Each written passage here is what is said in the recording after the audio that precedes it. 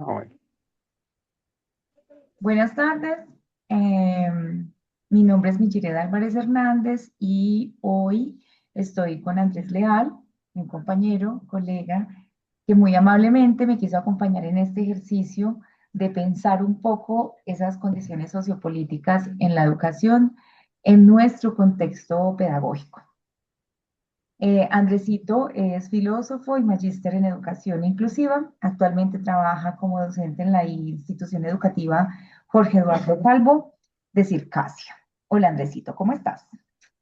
Hola, Michi, ¿cómo vas?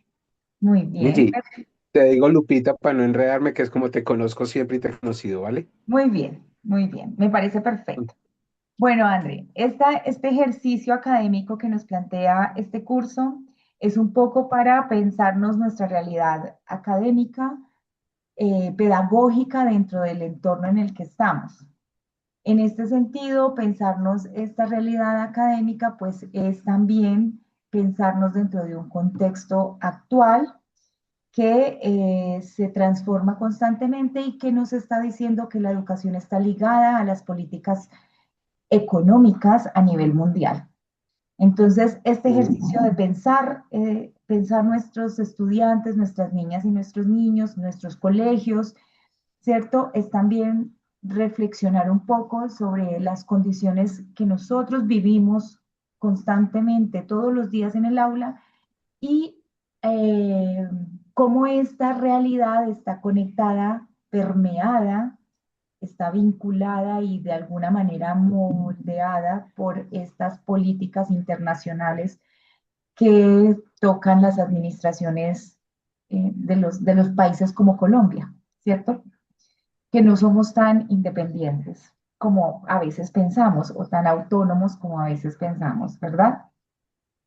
Para este ejercicio, entonces, como te contaba, te voy a hacer algunas preguntas para saber un poco Ok. cómo tú mm, te ves en este contexto.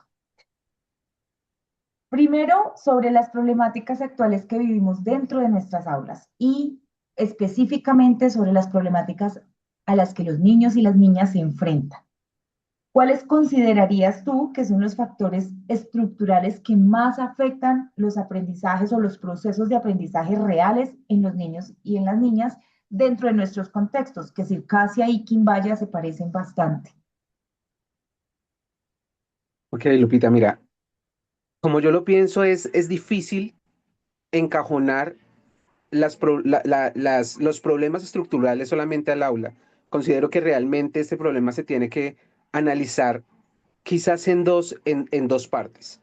Unas condiciones externas y unas condiciones internas, porque es que nosotros no podemos desconocer la situación social, económica, familiar, política en la que los niños se encuentran fuera del aula.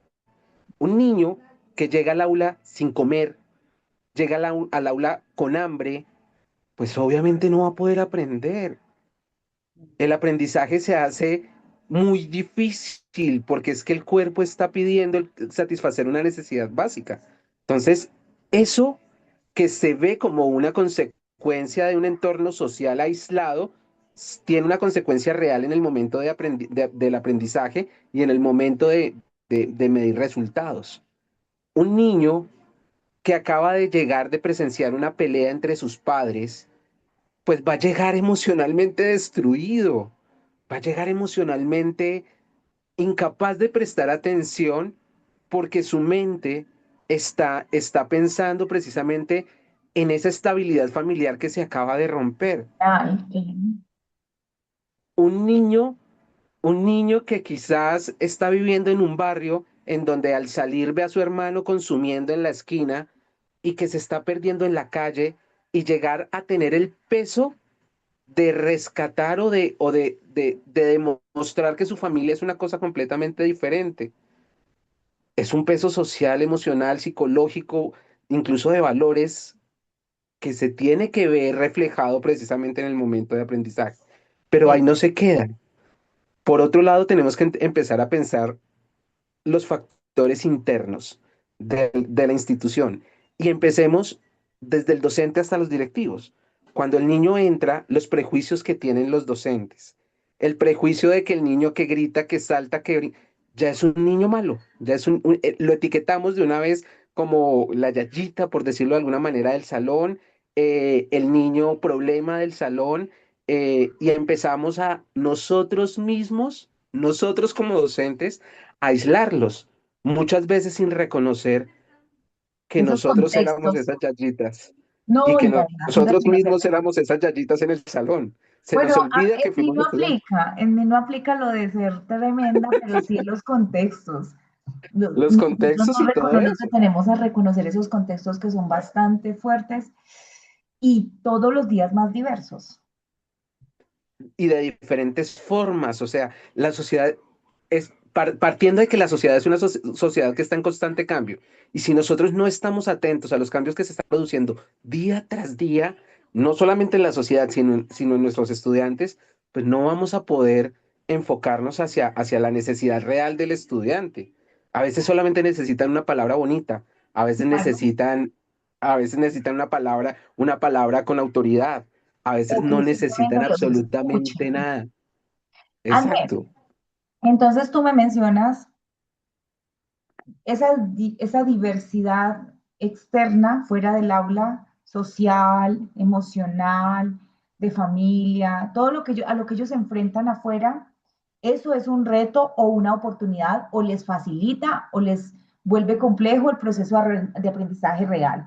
Y lo otro que me mencionas son para cerrar la idea un poco, son las perspectivas y las maneras en las que la institución en sí misma como cuerpo, como actor activo dentro de esa parte de asumir ese rol constante de todos los días, enfrenta o recibe al estudiante, que no siempre es una posición de empatía, de comprensión, de reconocer que hay una diversidad, eh, más o menos, es la idea. Entonces me haces dos preguntas, ¿verdad? No, no, estoy tratando de resumir lo que me acabas de decir para dejar como que según tu perspectiva, esos dos espacios serían eh, como unos factores estructurales que afectan, potencian o dificultan los procesos de aprendizaje real de los estudiantes. Claro, por un lado, el factor social, económico, Sí. familiar y político del estudiante externo, esos Ujú. son realmente esas falencias estructurales que tiene no la escuela, la sociedad Sí, para poder totalmente. garantizar el Esos aprendizaje del aprendizajes niño. reales. Y Ya. por otro lado, es quizás un tema de empatía, lo podemos decir, por parte de No, yo creo docentes y que hay varias directivos. cosas, André. Yo creo que ahí hay Sí. empatía, sentido de humanidad, formación docente, hay, incluso, Vocación. eh, incluso hay una cuestión de organización institucional, de no tener ciertos parámetros, hay varias cosas, pero para no extendernos, porque si no, no alcanzamos a llegar a la pregunta número 5, nos conozco. Entonces serían esos dos aspectos, ¿sí? Sí, dejémoslos Listo. resumiéndolos. Resumiéndolo. La segunda pregunta. Ya esta es muy desde los estudiantes. ¿Qué retos y oportunidades encuentras tú que tienen los estudiantes de tu institución para participar activamente en la toma de decisiones pedagógicas? Es decir, ¿qué hacen, qué posibilidades tienen realmente tus estudiantes de participar en esas decisiones pedagógicas, en lo que a ellos se les enseña, cómo se les enseña, como esa parte administrativa que uno, el currículum que uno creería que es solamente de nosotros, en realidad también es de ellos. ¿Cuáles serían esos retos y oportunidades que tienen los estudiantes de participar en ese contexto de decisiones antes de llegar al aula? Mira, yo creo que uno de los retos más grandes que no solamente de los estudiantes, incluso a nosotros como docentes nos tenemos que enfrentar es el tema de los paradigmas de docentes directivos, de docentes y directivos. Es decir, cuando un directivo tiene en su cabeza ya establecido cuál es el qué enseñar, de una u otra Ujú. manera tú tienes que acoplarte a esa directriz. Entonces, eso de la libertad de cátedra, si bien es un derecho que tenemos los docentes, está de una u otra manera delimitado por la exigencia del PEI del colegio y por la exigencia de los directivos, ¿verdad? Entonces, ahí, si a nosotros como docentes ya hay una limitación, imagínate un estudiante que diga, yo quiero aprender esto. Yo ¿Por creo qué no me que enseñan de esto? sí, yo creo que los Entonces, estudiantes no tienen tantas oportunidades en esa decisión. exacto, precisamente, o sea, imagínate si ya nosotros docentes que tenemos conocimiento, que tenemos de una u otra manera cierto poder de decisión, nos vemos limitados. Ahora imagínate un estudiante, no solamente el hecho de que ya hay unos paradigmas, no solamente del docente, sino de directivos, para establecer un programa educativo, ahora un estudiante que no solamente carga con eso, sino también con el prejuicio de la ignorancia, porque usted qué sabe qué es lo que necesita. Entonces, Claro, de parte imponemos del adulto. nosotros. Mm. Exacto, o sea, uno, ser adulto, dos, ser docente. O sea, usted no ha estudiado, yo sí, y yo sé qué es lo que usted necesita aprender. Ay, Marisco. En ese orden de ideas, el prejuicio también de la ignorancia hacia el estudiante le impide a él, de una u otra manera, poder intervenir o poder entrar a decidir dentro de su propio currículum. ¿Qué Ya, aprender? André, ya vamos con la mitad del tiempo posible para esta entrevista y voy en la tercera. Yo creo que esa posibilidad de alguna manera la tienen los niños que reciben educación en escuela nueva, que de alguna manera su propio contexto les permite ciertas decisiones que están ahí en la misma dinámica, pero no porque ellos realmente tengan un espacio donde digan, yo quiero aprender esto, me interesa esto y realmente las instituciones les pongan atención. Tercera pregunta. En este contexto de las políticas educativas y de cómo están permeadas por eh, las políticas mundiales y especialmente a nivel económico y cómo es que en este momento países como Colombia deben responder a órdenes o a sugerencias que de alguna manera dicen necesitamos producir, no necesitamos gente pensante, sino que gente que trabaje, ¿cierto? Mano de obra y barata, ojalá. En este contexto, y dentro de nuestras instituciones, respecto a las problemáticas que encontramos todos los días, o sea, como que nosotros estamos trabajando en unas cosas, pero de arriba nos piden otras, porque es que la que estamos trabajando, pues es lo que nos encontramos día a día, ¿sí o no?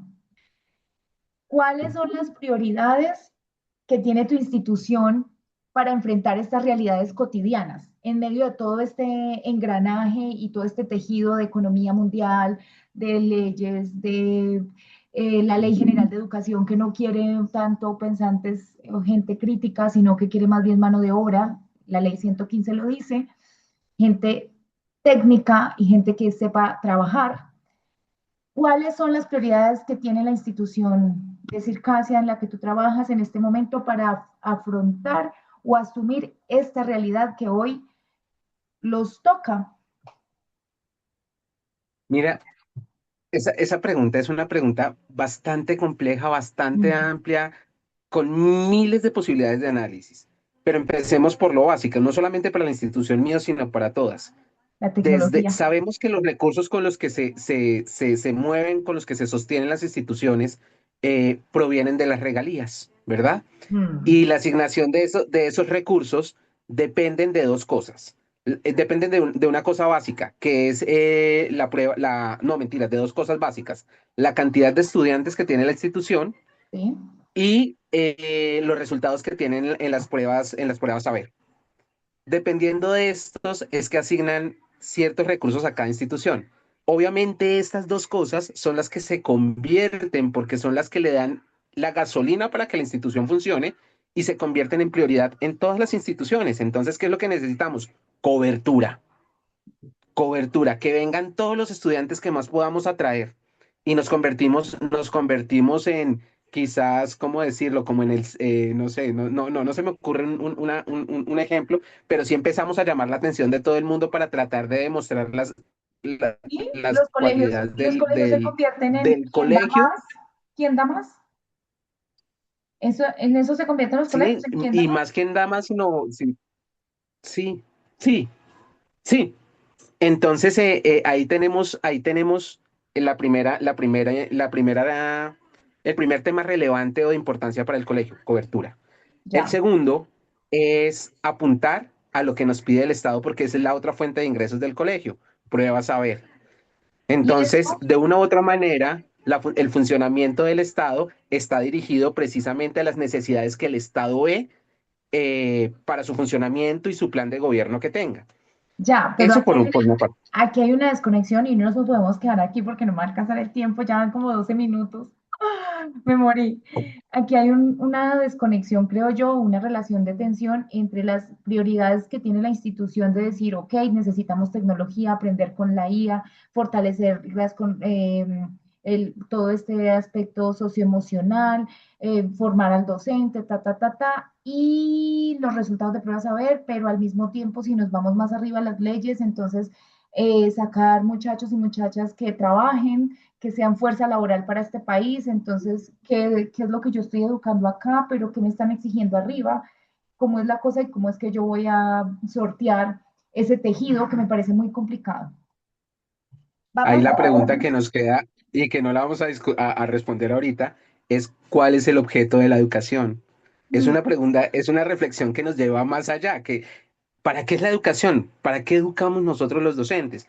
Y una de las dos cositas que tenía ahí en el tintero para nombrarte acerca de eso, y es como oportunidades, tú me hablabas dos retos, te hablé de los retos, las oportunidades. Las oportunidades está en la relación que tú tienes con el docente, con el estudiante, en donde de una u otra manera, a través de pensamiento crítico, le ayudas a entender su entorno, el entorno en el que él vive, y le ayudas a entender que él es un agente de cambio.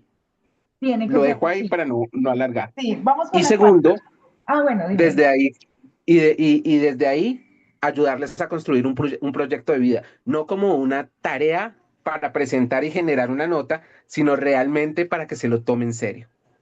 Ok. Esa es una oportunidad que tú desde el aula puedes hacer. Uf, muchas Siguiente. oportunidades tenemos, muchas. Bueno, Sí, la no, pero cuarta, em, cómo se está transformando tu escuela teniendo en cuenta la aparición en el aula de la IA? Y esto es muy importante porque a largo plazo esta IA va a acabar, por ejemplo, con una cantidad de trabajos. Es decir, ya no nos estamos formando, teniendo en cuenta, por ejemplo, lo que dice la Ley General de Educación, que tenemos que formar obreros, gente productiva que trabaje y que trabaje para que ayude a la economía del país. Estoy siendo cruel y un poco escueta en la manera de expresarlo, pero es básicamente eso. Em, con algunos cosas, adornos y cosillas por ahí para analizar profundamente, que no tenemos tiempo, pero básicamente eso. Hoy la IA es una preocupación y es un reto y también es una oportunidad para todas las instituciones. ¿Qué está haciendo tu escuela? ¿Cómo se está transformando en, digamos,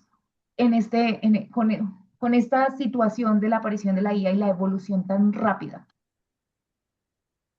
bueno, mira, ese es un tema complejo y yo creo que primero nosotros como docentes somos los primeros que debemos preguntarnos, porque yo creo que cuando nos empiezan a entregar trabajos, sobre todo en el área que enseñamos nosotros, que es de mucho pensamiento crítico, de mucho no me interesa datos, sino qué es lo que hay en tu cabecita y cómo tú lo estás analizando, es un sablazo en la cabeza que nos dan cada vez que nos presentan un ensayo con IA, una reflexión con IA, y que es fácil detectarlo, ¿verdad? Pero nos tenemos que preguntar lo siguiente, Nos ¿hay que, alguna ya, manera perdón, de... Andresito, ya cumplí los 15 minutos. Continuemos para que terminemos porque el profe me va a castigar por no terminar a los 15 minutos. Así que dale, yo igual no voy a cortar. Ok, entonces el tema ahí es la reflexión que tenemos que hacer es nosotros. Y la pregunta que yo me haría inicialmente es, ¿hay alguna forma de dejarla ya por fuera de nuestro futuro?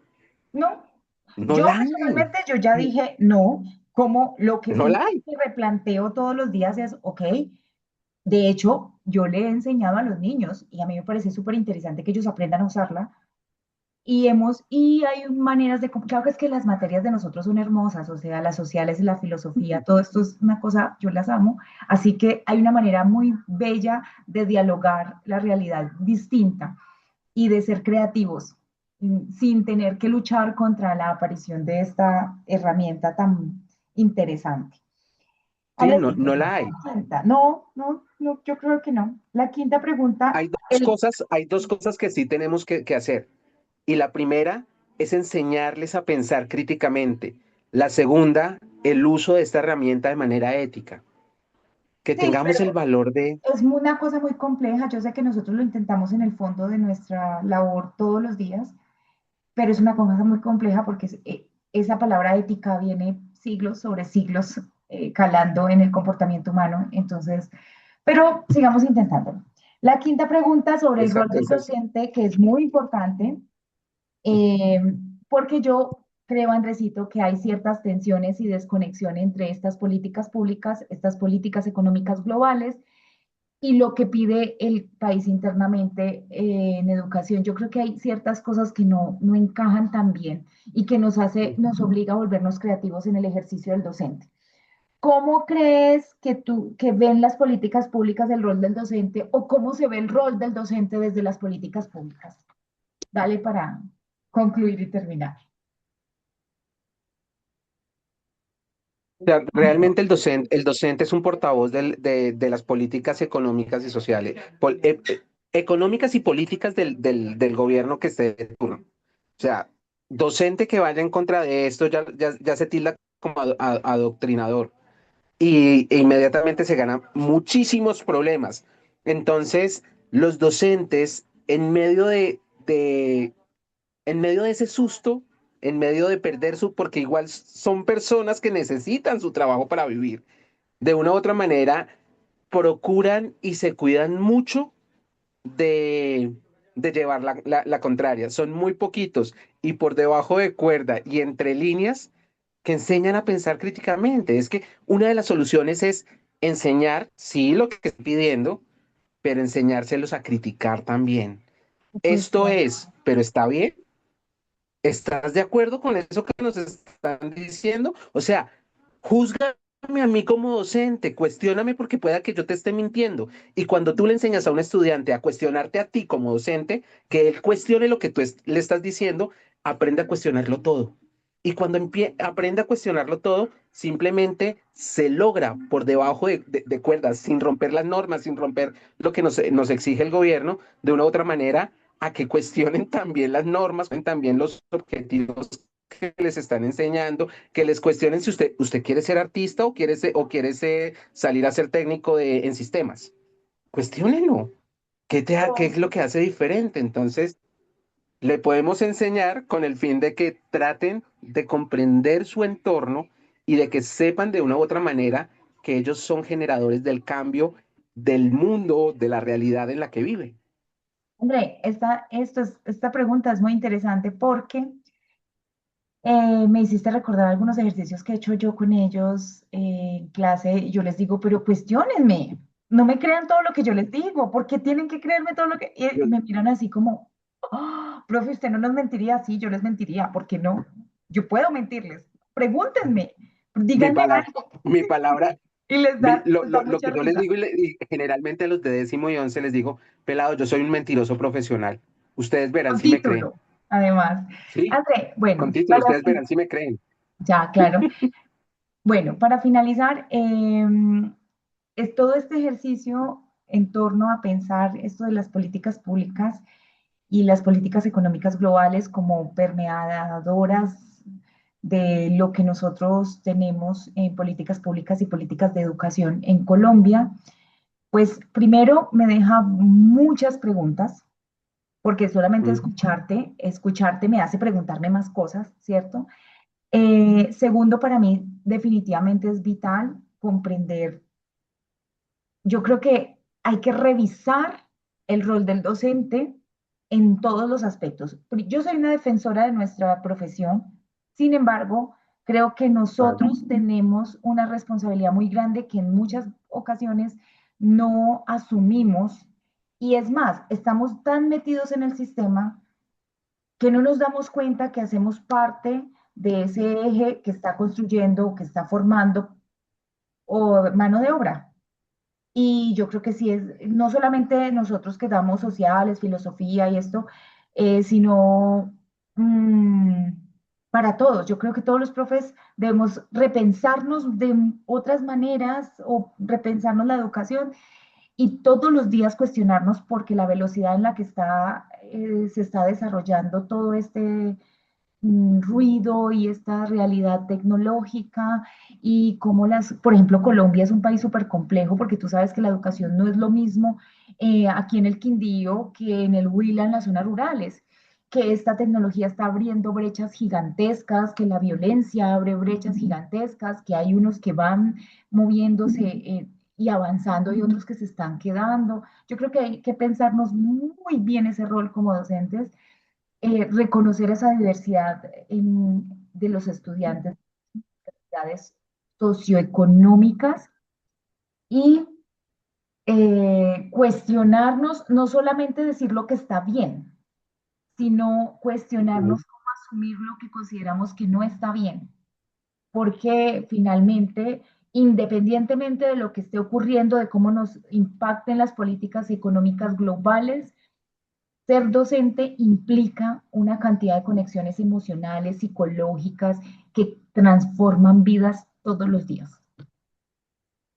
Total, total, Lupita. Y además hay algo muy importante. A nosotros nos han enseñado a transmitir conocimiento de un área específica, pero olvidamos todos los días que en ese interactuar con el otro, en ese interactuar con los chicos, estamos formando personas, estamos formando el ser, les Claro, estamos enseñando a sentir, a manejar sus emociones, a reconocer la diferencia, sino a discutir y tratar de buscar puntos que nos unan. claro. Y Bueno, Andrés. esa es lo que es más importante que incluso la misma temática que puedan llegar a ver. Bueno, mi Andrés, muchas gracias. Esperamos que el profe se divierta mucho y entienda toda esta conversación y no me rompa mucho el corazón cuando me ponga la nota por haberme pasado tantos minutos. Y a mis compañeros y a mis La, no- compañeras que nos van a ver, la nota es una- infinitas gracias por escucharnos y por la atención.